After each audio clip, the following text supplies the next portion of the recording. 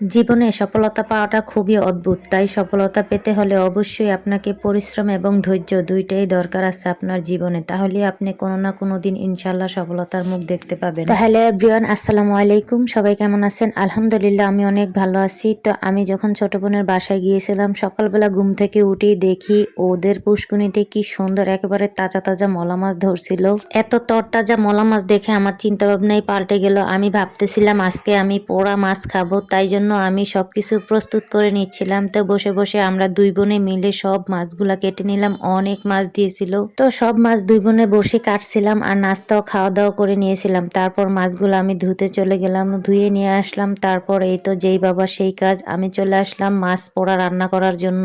অনেক মাছের ভেতর থেকে আমি অল্প একটু মাছ নিয়ে নিয়েছি। আর এখানে দেখুন আমি এখন লবণ, হলুদ, মরিচের গুঁড়া বেশি করে দিয়ে, তারপর রসুন বাটা, তারপর দিয়ে দিলাম পেঁয়াজ, টমেটো সব মিলিয়ে পরিমাণ মতো তেল দিয়ে একেবারে হাতে মাখিয়ে নিলাম। একেবারে হাতে মাখানোটা এত সুন্দর যে গ্রান বেরিয়ে গেল। সাথে দিয়ে দিলাম ধনিয়া পাতা দিয়ে আবার ভালো করে মাখিয়ে নিতেছি। মাখানো হয়ে গেলে আমি মাখানোটা রেখে তারপর চলে গেলাম কলাপাতা কাটার জন্য। আর কলাপাতা নিয়েও চলে আসলাম। কলাপাতাটা একেবারে পুষ্কুনির পানিতে ধুয়ে তারপর নিয়ে আসছি। আর সেটাও ভিডিও করা হয়নি, যেহেতু আমি একাই ক্যামেরাম্যান, একাই সবকিছু।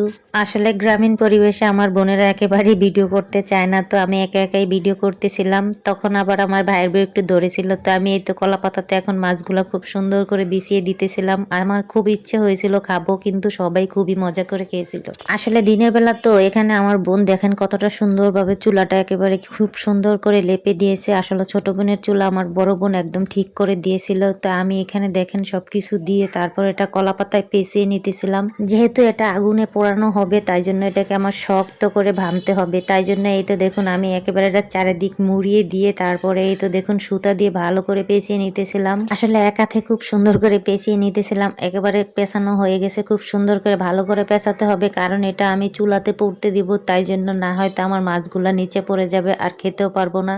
তো অবশেষে আমার পেঁচানো শেষ হয়ে গেছে। এখন চলে আসলাম চুলাতে। আর চুলাতে দেখেন প্রচুর আগুনতে আমি হাতই দিতে পারছিলাম না।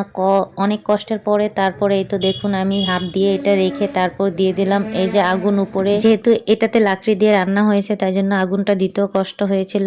তারপরে এই তো আমি অনেক পরে প্রায় আধা ঘন্টা পরে চলে আসলাম এটা উঠানোর জন্য।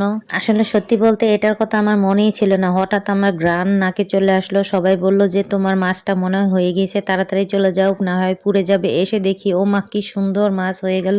তাড়াতাড়ি এসেই মাছটা তুলে নিলাম। ও মা দেখি তারপরেও একটু পুড়ে গিয়েছে। পুড়ে গেলে কি হবে, মাছটা এত মজা হয়েছে যে কি বলবো। যখন এটা আমি খুলেছিলাম এতটা গ্রান, তবে এটাতে আর একটু তেল লাগতো, আসলে পরিমাণটা বুঝতে পারি নাই। আপনারাও চাইলে বাসায় বানিয়ে খেতে পারেন। আমার ছোট বোনের জামাই সহ সবাই খুব মজা করে খেয়েছিল।